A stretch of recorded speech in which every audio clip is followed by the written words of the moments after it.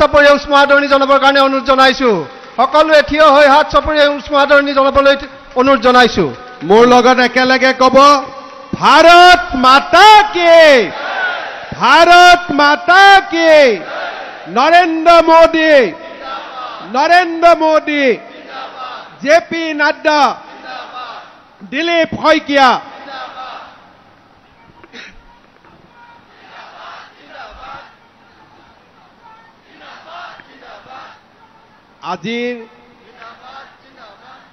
আজিৰ সভাত আমাৰ মাজত উপস্থিত অসম ৰাজ্যিক বিজেপিৰ সন্মানীয় সভাপতি দিলীপ শইকীয়া ডাঙৰীয়া আমাৰ মাজত উপস্থিত ভাৰতীয় জনতা পাৰ্টিৰ সাংগঠনিক সাধাৰণ সম্পাদক শ্ৰী ৰবীন্দ্ৰ ৰাজু ডাঙৰীয়া আমাৰ মাজত উপস্থিত মন্ত্ৰী পীযুষ হাজৰিকা ডাঙৰীয়া সাধাৰণ সম্পাদক পল্লৱ লোচন দাস ডাঙৰীয়া জিলা সভাপতি সুনীল বসুমতাৰী ডাঙৰীয়া আৰু মঞ্চত উপবিষ্ট সন্মানীয় বিধায়কসকল ইএমসকল MCLA সকল আমাৰ দলৰ ৰাজ্যিক কাৰ্যকৰ্তা বিষয়ববীয়াসকল দৰং ওদালগুৰি জিলাৰ বিশেষকৈ ওদালগুৰি জিলাৰ বিভিন্ন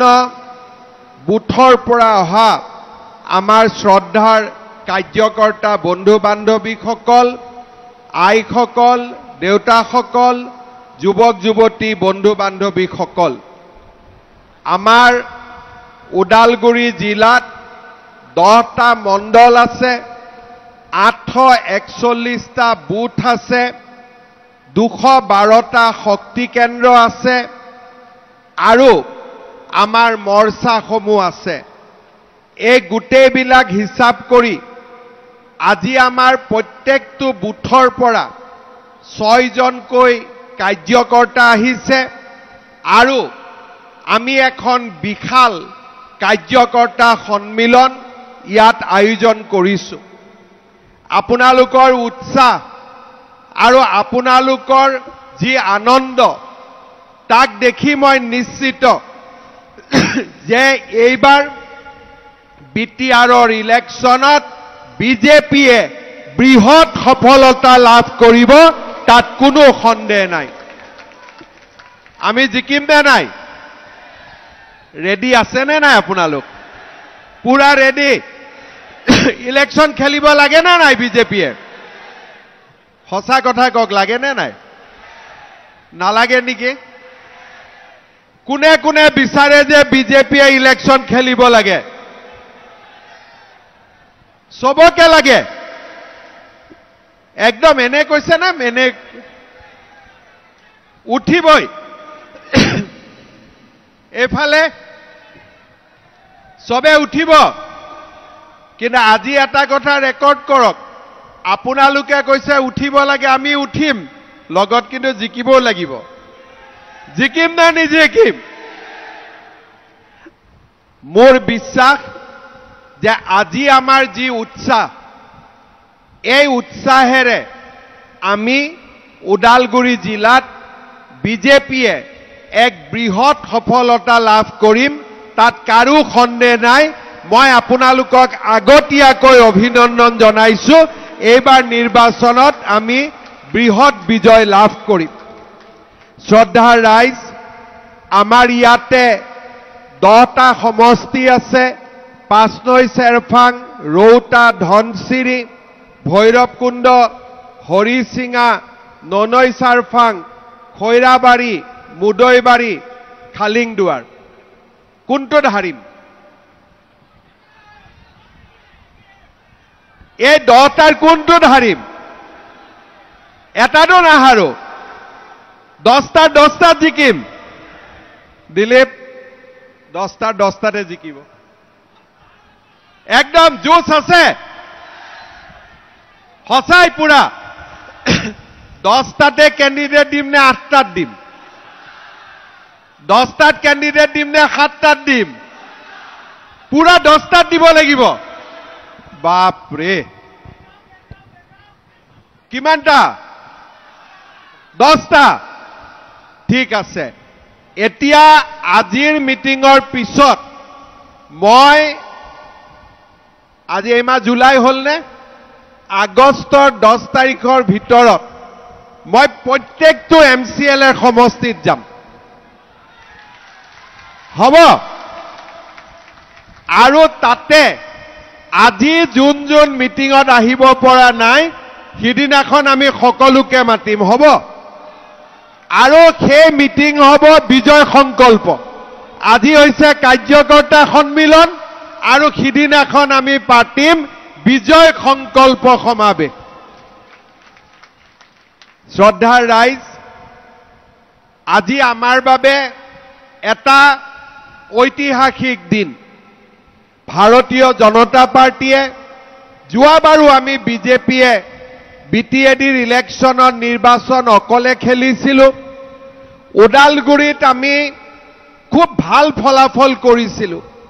কিন্তু কেইটামান সমষ্টিত আমি 1000-1500 ভোটত হাৰিবলগীয়া হৈছিল যেতিয়া কোনোবা এটা ইলেকশ্যনত কম ভোটত কোনোবা হাৰে তেতিয়া আমি বুজি পাব লাগিব যে তাত আমাৰ ভোটবিলাক শক্তিশালী নাছিলে কৰবাত নহয় কৰবাত আমাৰ ভোট নিষ্ক্ৰিয় আছিলে ইলেকশ্যনৰ দিনা আমাৰ ভোটাৰখিনি আমি উলিয়াব নোৱাৰিলো নহলে আমাৰ ভোটাৰখিনিক কোনোবাই বিপথে পৰিচালিত কৰিলে সেই কাৰণে এইবাৰ আমি আটাইতকৈ বেছি জোৰ দিব লাগিব যাতে আমাৰ ভোটবিলাক শক্তিশালী হৈ থাকে সকলো বুথতে যাতে আমাৰ সংগঠন থাকে মই ইয়াত উপস্থিত সকলো বুথ সভাপতিক অনুৰোধ কৰিম হাতখন দাঙি দিয়কচোন বুথ সভাপতিসকল राजू जी सारे बूथ अध्यक्ष आए हैं बहुत बढ़िया सबके लिए ताली एक बार एतिया मैं बूथ सभापति सकलक दुटा दायित्व दिम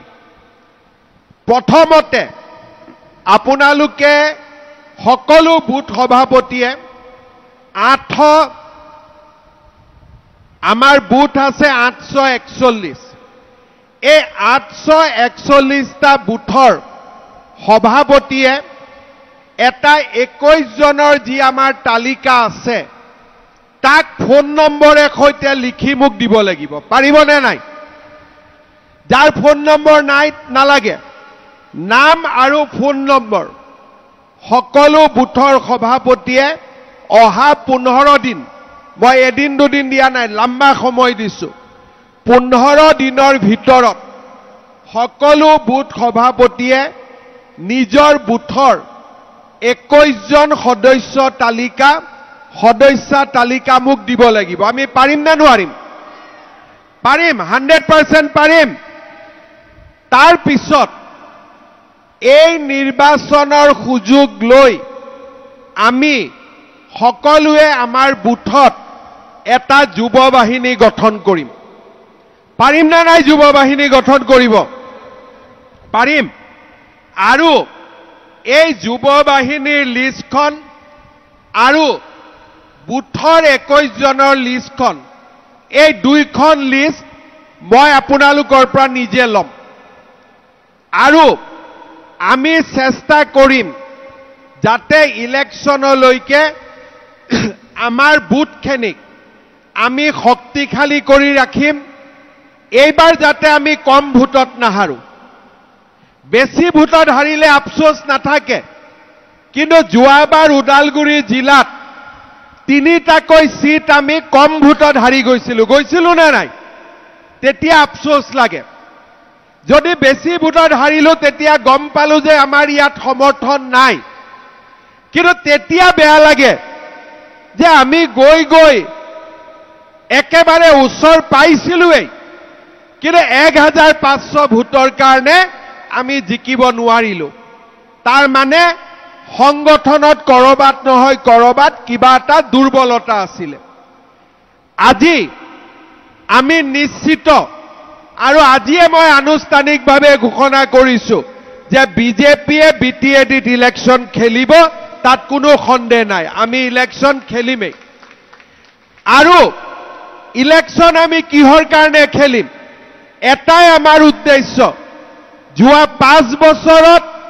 যেনেকে বিটিএডিত শান্তি আছিলে তেনেকে অহা 5 বছৰ আৰু অনন্ত কাললৈ বিটিএডিত শান্তি সম্প্ৰীতি থাকিব লাগিব এই হৈছে আমাৰ উদ্দেশ্য শান্তি সম্প্ৰীতিৰ লগে লগে বিটিআৰৰ উন্নতি হ'ব লাগিব বিটিআৰৰ প্ৰগতি হ'ব লাগিব আৰু বিটিআৰে ডাবল ইঞ্জিন চৰকাৰৰ সুবিধা পাব লাগিব মোদীজীৰ চৰকাৰৰ সুবিধা পাব লাগিব আৰু দিছপুৰৰ বিজেপি চৰকাৰৰ সুবিধা পাব লাগিব আমাৰ বিটিআৰত সম্ভাৱনা আছে আমি আগুৱাই যাব পাৰো আৰু যোৱা অতীত পাহৰি আমি এটা নতুন ভৱিষ্যত নিৰ্মাণ কৰিব পাৰো মোৰ কাৰ্যকৰ্তা সকললৈ অনুৰোধ এই বিটিআৰৰ নিৰ্বাচন আমি ক্ষমতাৰ কাৰণে খেলিব খোজা নাই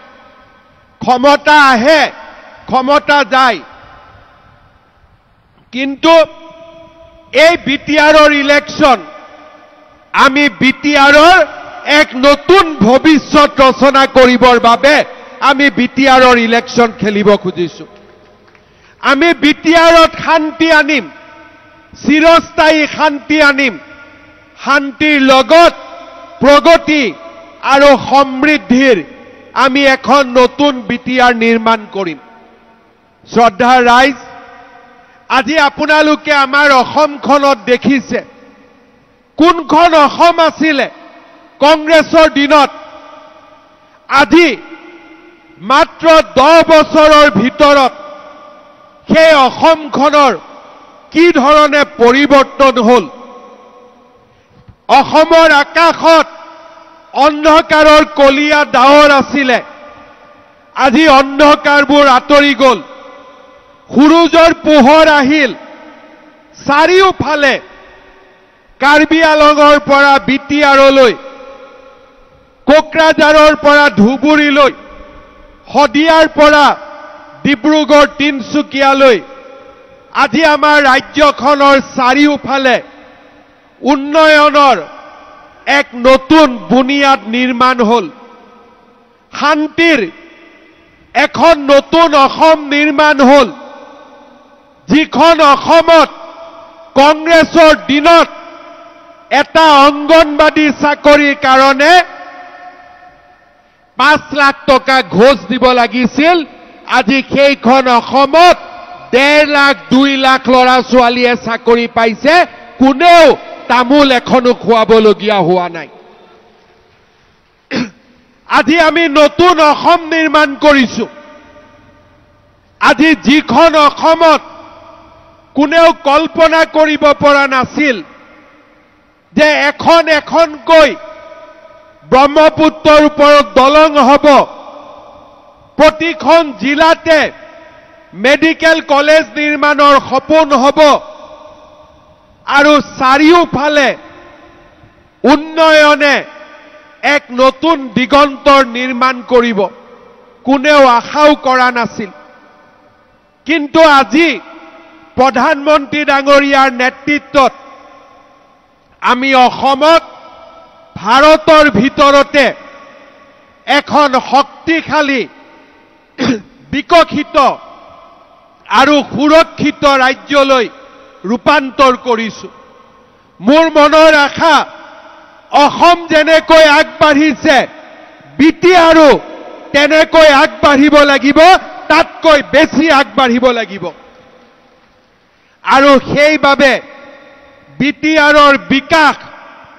বিটিআৰৰ সুৰক্ষা আৰু বিটিআৰৰ ৰাইজৰ অধিকাৰৰ বাবে আমি আজি বিটিআৰত নিৰ্বাচনত যোগদান কৰিম নিৰ্বাচনত আমি প্ৰতিদ্বন্দ্বিতা কৰিম আমাৰ উদ্দেশ্য ক্ষমতা নহয় আমাৰ উদ্দেশ্য হ'ল বিটিআৰৰ নিবনুৱা ডেকা লৰাইও চৰকাৰী চাকৰি পাব লাগে কৰ্ম সংস্থাপনৰ সুবিধা পাব লাগে অসমৰ প্ৰত্যেকখন জিলাৰ দৰে বিটিআৰতো ৰাস্তা ঘাটৰ নিৰ্মাণ হ'ব লাগে বিটিআৰতো স্কুল কলেজৰ নিৰ্মাণ হ'ব লাগে আৰু বিটিআৰৰ ৰাইজৰো সমস্যাৰ সমাধান হ'ব লাগে আজি ৰাতিপুৱা দিলীপ শইকীয়া আৰু মই ওদালগুৰিলৈ আহিছিলো আপোনালোকক লগ পাম তাৰ আগতে জিলা উপায়ুক্তৰ লগত আমি বহিছিলো যোৱাবাৰ যেতিয়া অৰুণোদয় আঁচনি আমি ওদালগুৰিত ঘোষণা কৰিছিলো ওদালগুৰিৰ ৰাইজক দিছিলো আমি সৰ্বমুঠ 58,000 পৰিয়ালক 58,000 পৰিয়ালক আমি অৰুণোদয় আঁচনি দিছিলো আজি আমি ৰাতিপুৱা সিদ্ধান্ত লৈছো যে আগষ্ট মাহৰ ভিতৰত আমি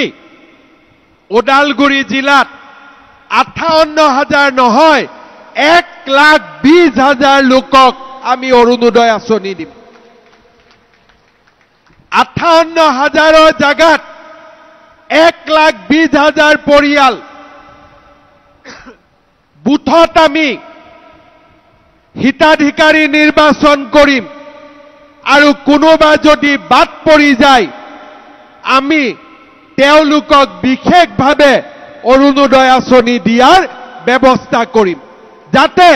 কোনো দুখীয়া মানুহ এই আঁচনিৰ পৰা বাদ পৰি যাব নোৱাৰে শ্ৰদ্ধাৰ ৰাইজ আজি আমি সমগ্ৰ অসমতে মুখ্যমন্ত্ৰীৰ মহিলা উদ্যমিতা আঁচনি আজি আমি প্ৰস্তুত কৰিছো যে আগষ্ট মাহৰ পৰা আমি এই আঁচনিৰ ধন আমাৰ মহিলাসকলক আমি দিয়া আৰম্ভ কৰিম ৰাতিপুৱা ডিচিৰ অফিচত আমি বহিছিলো যে আমি ওদালগুৰি জিলাত কিমান মহিলাক আমি মুখ্যমন্ত্ৰীৰ উদ্যমিতা আঁচনি যোগান ধৰিম আপোনালোকে আচৰিত হ'ব ওদালগুৰি জিলাৰ 1.5 লাখ মহিলাই এই মহিলা উদ্যমিতা আঁচনি লাভ কৰিব আজি তাৰ আমি ৰাতিপুৱা মিটিং কৰি সিদ্ধান্ত লৈছো আমাৰ ওদালগুৰি জিলাৰ 24খন চাহ বাগিচা আছে এই চাহ বাগিচাৰ শ্ৰমিকসকলৰ প্ৰত্যেকজনে যাতে এটিকলি দুটিপাত আঁচনি পাব পাৰে আমাৰ ওদালগুৰি জিলাত আমাৰ ডেকা ল'ৰা 3,000 ডেকা ল'ৰা মুখ্যমন্ত্ৰীৰ আত্মনিৰ্ভৰশীল অসম আঁচনিৰ অধীনত উপকৃত হ'ব তাৰ আজি আমি ৰাতিপুৱা আলোচনা কৰিছো অৰ্থাৎ ৰাজ্য চৰকাৰে আজি আমাৰ সমগ্ৰ অসমতে যিসমূহ আঁচনি ৰূপায়ণ কৰিছে তাৰ ফলাফল যাতে আমাৰ বিটিআৰৰ ৰাইজে পাব পাৰে তাৰ বাবে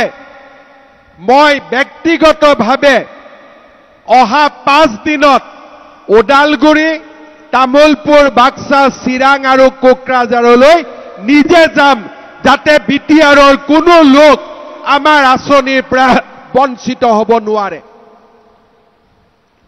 শ্ৰদ্ধাৰ ৰাইজ আজি আমাৰ বাবে এটা আনন্দৰ বাতৰি যে যেতিয়াৰে পৰা বিজেপি দলে অসমত আৰু কেন্দ্ৰত আমাৰ চৰকাৰ গঠন কৰিছে তাৰ পিছৰে পৰা বিটিআৰত স্পষ্টভাৱে শান্তি আহিছে কিন্তু মানুহৰ মনত এতিয়াও কিছুমান দুখ আছে ৰাতিপুৱা মোক ওদালগুৰি সাৰ্কিট হাউচত ইয়াৰ স্থানীয় লোকে লগ কৰিছে আৰু মোক কৈছে যে স্যাৰ আমি এইখন বিটিআৰতে ডাঙৰ হৈছো মাটিৰ অধিকাৰ পাব আমি যোগ্য হয় নে নহয় মুখ্যমন্ত্ৰী হিচাপে মই নিশ্চিতভাৱে ক'ব পাৰো যে আমাৰ প্ৰতিগৰাকী খিলঞ্জীয়া লোক বিটিআৰত মাটিৰ অধিকাৰ পাব লাগে আৰু আপোনালোক তাৰ বাবে প্ৰত্যেকেই একোজন দাবীদাৰ ইয়াত কোনো সন্দেহ থাকিব নোৱাৰে শ্ৰদ্ধাৰ ৰাইজ আমাৰ শান্তি আহিলে যোৱা 5 বছৰত আমি শান্তিৰ ভেটি নিৰ্মাণ কৰিলো অহা 5 বছৰত আমি আমাৰ ন্যূনতম অধিকাৰ এই ন্যূনতম অধিকাৰখিনি যাতে আমি পাওঁ তাৰ বাবে আমি কাম কৰিম এজন ব্যক্তিক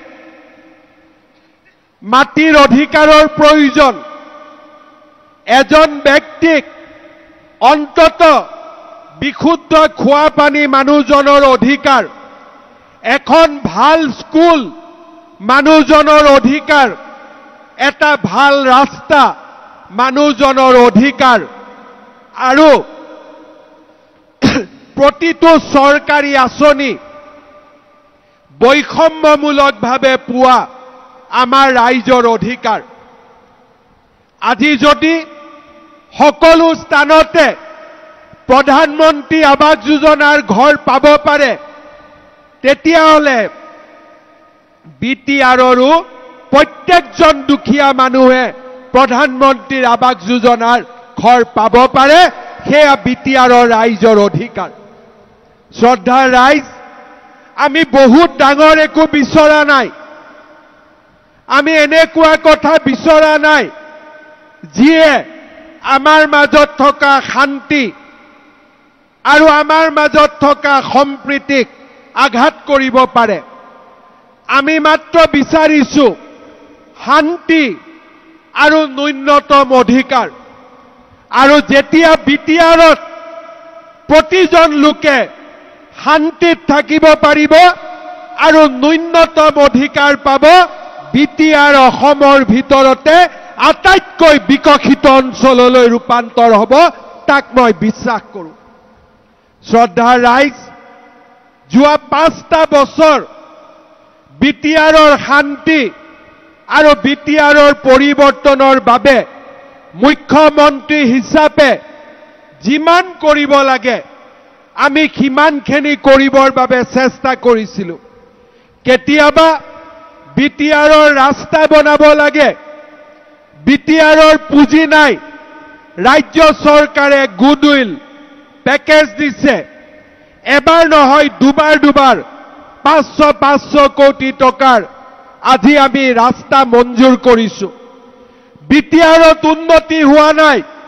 কোকৰাঝাৰত আমি মেডিকেল কলেজ কৰিছো তামুলপুৰত আমি মেডিকেল কলেজ কৰিছো আৰু ওদালগুৰিতো মেডিকেল কলেজ নিৰ্মাণৰ প্ৰতিশ্ৰুতি দিছো আজি বিটিআৰত আমাৰ ৰাজ্য চৰকাৰৰ প্ৰচেষ্টাত বড়োলেণ্ড ইউনিভাৰ্চিটি নিৰ্মাণ হৈছে আৰু তাৰ লগে লগে কোকৰাঝাৰতো ইউনিভাৰ্চিটি আৰু ওদালগুৰিতো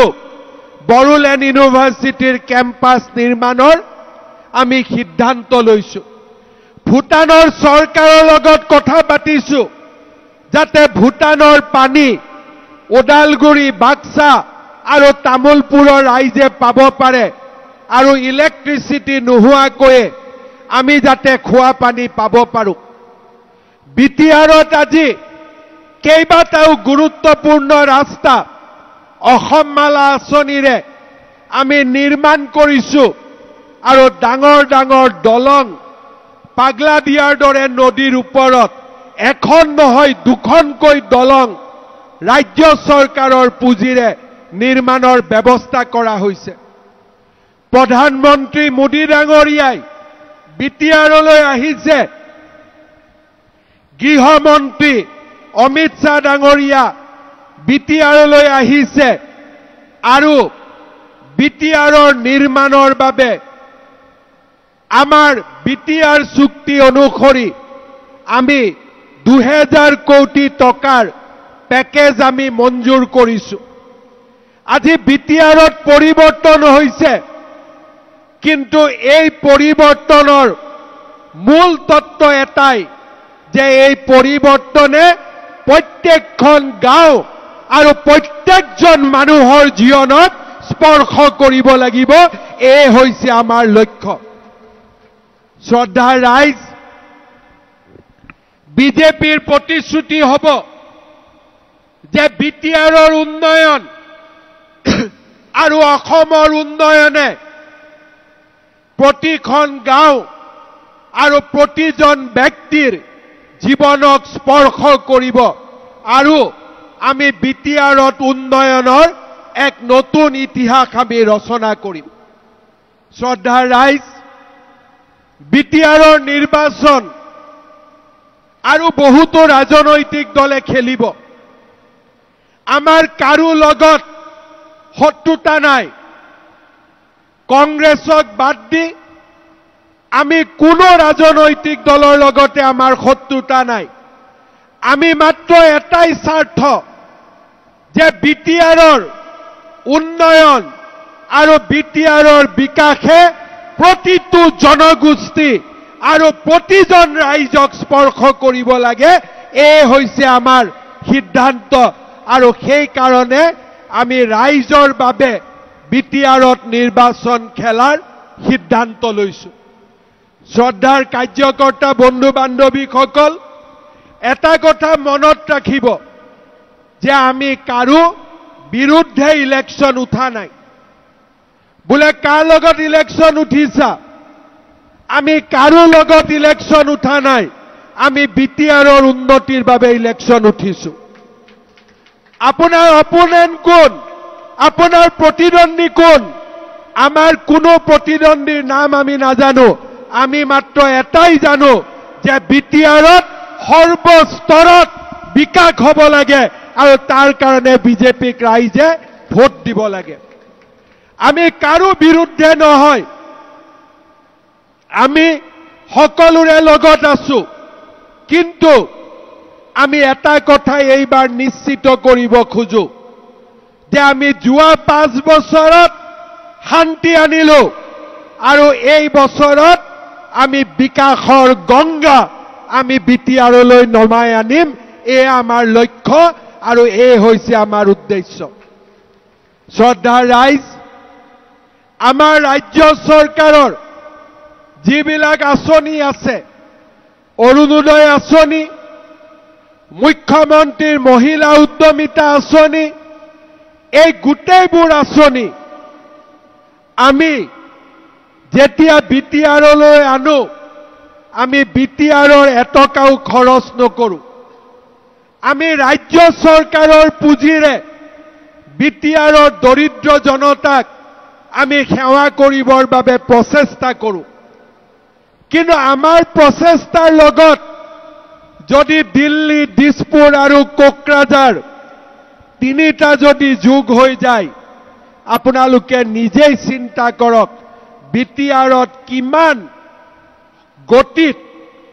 উন্নতি হ'ব পাৰে, প্ৰগতি হ'ব পাৰে, বিকাশ হ'ব পাৰে। যোৱা কেইবাটামান বছৰত বিটিআৰত আমি বিধায়ক পাইছো, বিটিআৰত আমি সংসদ পাইছো, বিটিআৰত আমি MCLA পাইছো। কিন্তু আমি যিমান পাব লাগে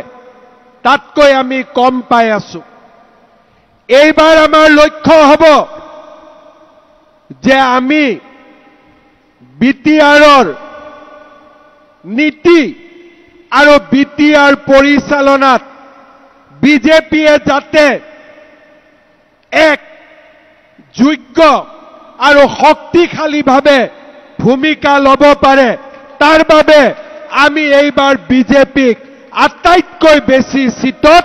জিকাই আমি পঠিয়াব লাগিব। পাৰিম নে নাই? পাৰিম নে নাই আমি? শ্ৰদ্ধাৰ ৰাইজ, কাৰ্যকৰ্তা বন্ধু বান্ধৱীসকল, আপোনালোকক প্ৰশ্ন সুধিব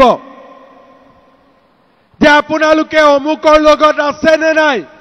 তমুকৰ লগত আছে নে নাই। আপোনালোকক বিভিন্ন প্ৰশ্ন সুধিব। আপোনালোকৰ উত্তৰ এটাই, আমি বিটিআৰৰ ৰাইজৰ লগত আছো আৰু বিটিআৰৰ উন্নয়নৰ বাবে আমি নিৰ্বাচনত প্ৰতিদ্বন্দ্বিতা কৰিছো আৰু বিটিআৰৰ কল্যাণৰ কাৰণে বিটিআৰৰ ভৱিষ্যতৰ কাৰণে আমি সকলোৱে মিলি কাম কৰিম আমাৰ কোনো শত্ৰু নাই আমাৰ কোনো শত্ৰু নাই আমাৰ সকলো বন্ধু মাত্ৰ আমাৰ লক্ষ্য এটাই এইখন বিটিআৰত কোনো মানুহে যাতে নাভাবে যে মই দ্বিতীয় শ্ৰেণীৰ নাগৰিক সকলো মানুহে ভাবিব লাগিব যে মই প্ৰথম শ্ৰেণীৰ নাগৰিক আৰু সেয়ে হৈছে আমাৰ উদ্দেশ্য শ্ৰদ্ধাৰ ৰাইজ আজি পৰিৱেশ সলনি হৈছে 5 বছৰ আগৰ বিটিআৰৰ পৰিৱৰ্তন হৈছে এসময়ত বিটিআৰত আমি নিৰাপত্তাহীনতাত ভোগ কৰিছিলোঁ আজি সেই পৰিৱেশ নাই যোৱা 5 বছৰত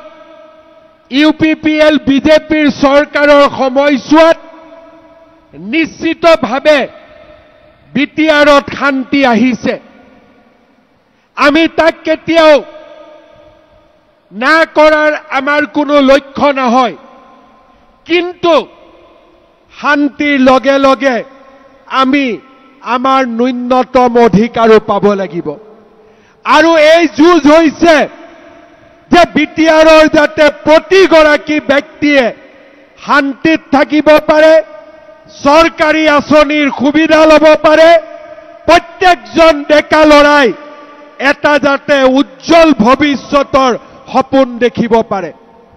আৰু সেই কাৰণেই এই নিৰ্বাচন এক গুৰুত্বপূৰ্ণ নিৰ্বাচন হ'ব মই আপোনালোকক অনুৰোধ কৰিম যে নিজৰ নিজৰ বুথত আমি কেনেকৈ জিকিব পাৰো কোন ভোটাৰ আছে কাৰ ওচৰত আমি যাব লাগিব আৰু কাক আমি মৰম আৰু স্নেহৰ এনাজৰীৰে বান্ধিব লাগিব এই গোটেই দায়িত্ব আপোনালোকৰ আৰু আপোনালোকে যদি একেলগে সমন্বিতভাৱে কাম কৰে আমি নিশ্চিতভাৱে সফলতা অৰ্জন কৰিব পাৰিম তাত মোৰ কোনো সন্দেহ নাই মাত্ৰ মই আপোনালোকক অনুৰোধ কৰিম যে এইকেইটা দিন আপোনালোকে দলটোক দিয়ক এইকেইটা দিন আপোনালোকে বিজেপিক দিয়ক আৰু বিটিআৰত যদি আমি ভাল ফলাফল দেখুৱাব পাৰো 2026 চনতো অসমত বিজেপিৰ চৰকাৰ তৃতীয়বাৰৰ বাবে আহিব সেয়াও লগে লগে নিশ্চিত হৈ যাব এই ইলেকশ্যন অকল মাত্ৰ আপোনালোকে বিটিআৰৰ বাবে খেলা নাই আমি গোটেই অসমতে এই নিৰ্বাচনৰ জৰিয়তে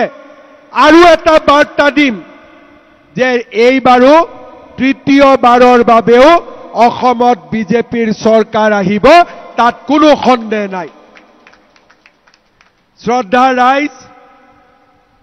আমাৰ কংগ্ৰেছ দল বিভিন্ন ধৰণে ৰাইজক বিপথে পৰিচালনা কৰিবৰ বাবে চেষ্টা কৰে ৰাইজে তেওঁলোকক বাৰে বাৰে হৰুৱাই এছেম্বলিটো হৰুৱাই লোকসভাটো হৰুৱাই পঞ্চায়ততো হৰুৱাই কিন্তু তেওঁলোকৰ লাজ নালাগে এইবাৰ মই অনুৰোধ কৰিম যে বিটিআৰত কংগ্ৰেছক এটা ইমান ডাঙৰ ৰসগোল্লা খুৱাই দিয়ক যাতে আৰু কেতিয়াও ইলেকশ্যন খেলিবৰ কাৰণেও কংগ্ৰেছ আৰু আমাৰ মাজলৈ নাহে শ্ৰদ্ধাৰ ৰাইজ আপোনালোকে চিন্তা কৰক মাত্ৰ কেইদিনমান আগতে পঞ্চায়তৰ ইলেকশ্যন হ'ল সমগ্ৰ অসমতে বিজেপিৰ জয়যাত্ৰা কংগ্ৰেছ দলে কি পালে একো নাই ৰসগোল্লা ওৰাঙৰ ৰসগোল্লা নে কি ৰসগোল্লা নাজানো ওৰাঙৰ হলে বেছি সোৱাদৰ হয় হয়নে নহয় এইবাৰ কংগ্ৰেছে কৈছে আমি বিটিআৰত ইলেকশ্যন খেলিম। আপোনালোকে মনত ৰাখিব, এই কংগ্ৰেছ চৰকাৰৰ দিনতেই বিটিআৰত আটাইতকৈ বেছি হত্যা আৰু হিংসাৰ ৰাজনীতি হৈছিলে। কংগ্ৰেছৰ দিনতেই বিটিআৰৰ ৰাইজে জীয়াতু ভুগিছিলে। সেই কথা আপোনালোকে সদায় মনত ৰাখিব।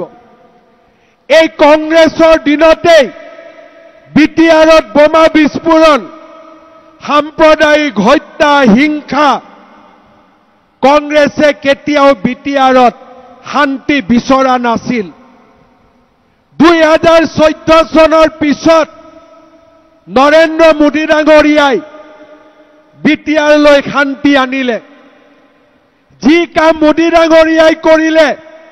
সেই কাম কংগ্ৰেছেও কৰিব পাৰিলেহেঁতেন।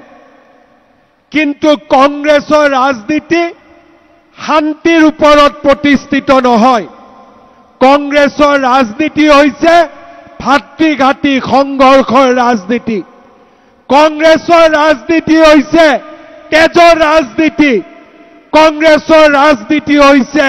হত্যা আৰু হিংসাৰ ৰাজনীতি। আৰু সেইবাবে মই আপোনালোকক অনুৰোধ কৰিম, এই নিৰ্বাচনত আমি সকলোৱে নিশ্চিত কৰিব লাগিব যাতে কংগ্ৰেছে আকৌ এটা ৰাজনৈতিকভাৱে ৰসগোল্লা বিটিআৰত খাব পাৰে। তাৰ বাবে মই আপোনালোক সকলোকে অনুৰোধ কৰিম। শ্ৰদ্ধাৰ ৰাইজ, মই নিশ্চিত যে এইবাৰ আমি বিটিআৰত ভাল ফলাফল কৰিম। ৰাইজৰ উৎসাহ, ৰাইজৰ আনন্দ, ই আমাক কনফিডেন্স দিছে যে আমি ভালকৈ কাম কৰিলে বিটিআৰত বিজয়ী হ'ম।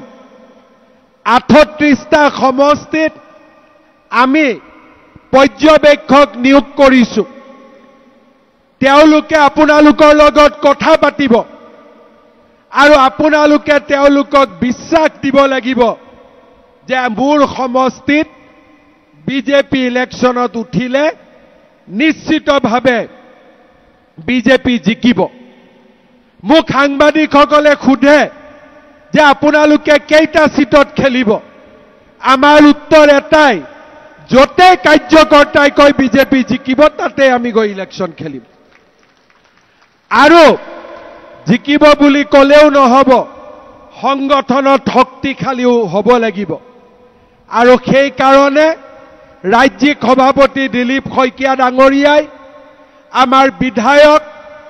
আমাৰ ৰাজ্যিক নেতৃত্ব কোনোবা নহয় কোনোবাক আপোনালোকৰ সমষ্টিৰ দায়িত্ব অৰ্পণ কৰিছে। এই 2টা মাহ আপোনালোকে একেলগে সংগঠনক শক্তিশালী কৰক। আৰু দিলীপ শইকীয়া আৰু মোক য'তেই মাতিব আমি তালৈকে যাম আপোনালোকৰ লগত।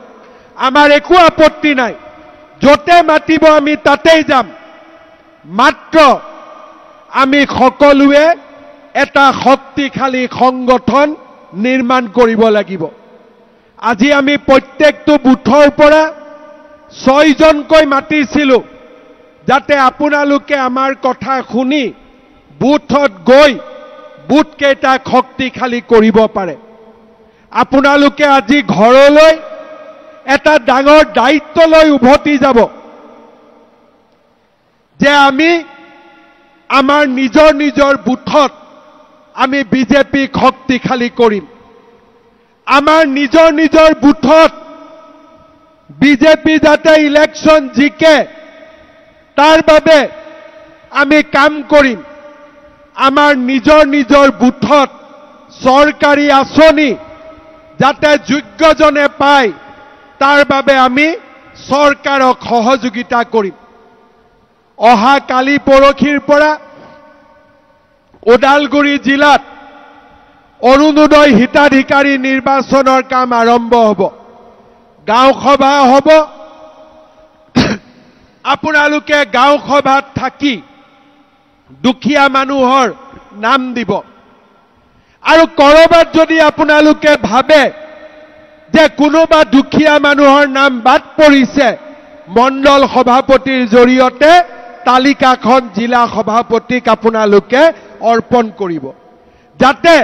কোনো এজন দুখীয়া মানুহ কতো বাদ পৰি যাব নোৱাৰে অৰ্থাৎ আমাৰ মূল কথা সেৱাই হৈছে সংগঠন আমি সংগঠনো কৰিম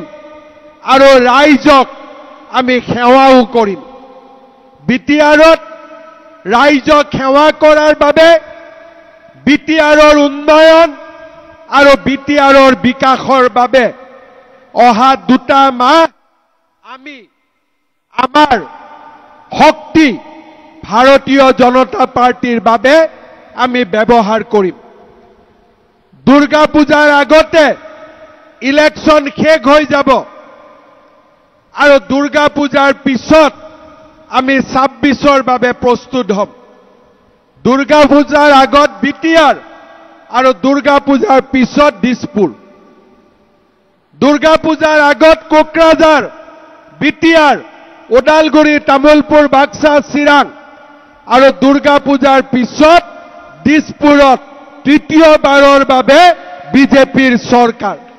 এই হৈছে আমাৰ দায়িত্ব এই হৈছে আমাৰ সংকল্প বুজি পাইছে নে নাই আপোনালোকে কোনে কোনে বুজি পাইছে দায়িত্ব সকলোৱে বুজি পালে নে নাই এই 2 মাহ দলক দিবনে নিদিয়ে অলপ ডাঙৰকৈ ক'ব লাগিব এই 2 মাহ দলক দিবনে নিদিব দিবনে নিদিব একদম আজি আমি ইয়াতে ৰাজু ডাঙৰীয়া দিলীপ শইকীয়া ডাঙৰীয়াৰ সন্মুখত আমি সকলোৱে প্ৰতিশ্ৰুতি দিলো আৰু মই নিজেও দিলো যে এই 2 মাহ আমি বিটিআৰৰ বাবে আমি বিজেপিৰ বাবে আমাৰ সমস্ত শক্তি আমি দিম নে নিদিম একদম পাক্কা অলপ ঢিলাকৈ কৈছে নেকি দিম নে নিদিম একদম মই এটাই বিশ্বাসত উভতি যাম যে এইবাৰ বিটিআৰৰ নিৰ্বাচনত বিজেপিয়ে চমৎকাৰ কৰিব বিজেপিয়ে দেখুৱাই দিব যে আমি এটা বিশাল ৰাজনৈতিক শক্তি পাৰিম নহয় এতিয়া মোৰ 2টা কথা আৰু এবাৰ মই ৰিপিট কৰি দিছো 21 জনীয়া কমিটি এই 21 জনীয়া কমিটিৰ নাম আৰু ফোন নম্বৰ মোক লাগিব সকলো বুথ সভাপতিয়ে এই দায়িত্ব পালন কৰিব আৰু প্ৰত্যেকটো বুথত যুৱ বাহিনী এটা আমি গঠন কৰিম এই 2টা কাম আমি 15 আগষ্টৰ আগতে শেষ কৰিম পাৰিম নে নোৱাৰিম লিষ্টখনটো 15 দিনত দিব আৰু যুৱ বাহিনী 15 আগষ্টৰ আগতে আপোনালোকে শেষ কৰিব লাগিব যাতে প্ৰত্যেকটো বুথতে বিজেপি দলৰ যুৱ বাহিনী মজুত থাকে এই 2টা কাম যদি আমি কৰিব পাৰো আমাৰ নিৰ্বাচন বহুত সহজ হ'ব আৰু আমি নিৰ্বাচনত নিশ্চিতভাৱে বিজয়ী হ'ব পাৰিম পুনৰ এবাৰ মই আপোনালোকক ধন্যবাদ জনাইছো লোকসভা নিৰ্বাচনৰ পিছত বিটিআৰত মই ৰাজনৈতিক মিটিং কৰা নাছিলো সেই কাৰণে পুনৰ এবাৰ দৰং ওদালগুৰিত দিলীপ শইকীয়াক বিজয়ী কৰোৱাৰ বাবে আপোনালোকক মই আজি আকৌ এবাৰ অভিনন্দন জনাইছো আৰু লগতে আমি সকলোৱে আকৌ এবাৰ সংকল্প লৈছো আমি বিটিআৰো জিকিম দিছপুৰো জিকিম হ'ব কি জিকিম প্ৰথমতে কি জিকিম তাৰ পিছত আমি কি জিকিম মোৰ লগত একেলগে ক'ব ভাৰত মাতা কি Narendra Modi JP Nadda Amit Shah Dilip Saikia BJP BJP Vande Vande বহুত বহুত ধন্যবাদ আৰু 15 তাৰিখৰ পিছত মই আপোনালোকৰ প্ৰত্যেকটো ভিচিডিচি নোৱাৰিলেও MCLত মই নিজে যাবৰ কাৰণে চেষ্টা কৰিম ৰাইজৰ যি অসুবিধা আছে তাতে আপোনালোকে মোক সকলোকে ক'ব ময়ো যাতে বুজি পাওঁ বিটিআৰৰ কাৰণে কি অনাগত দিনত কৰিব লাগিব বহুত বহুত ধন্যবাদ জয় হিন্দ বন্দে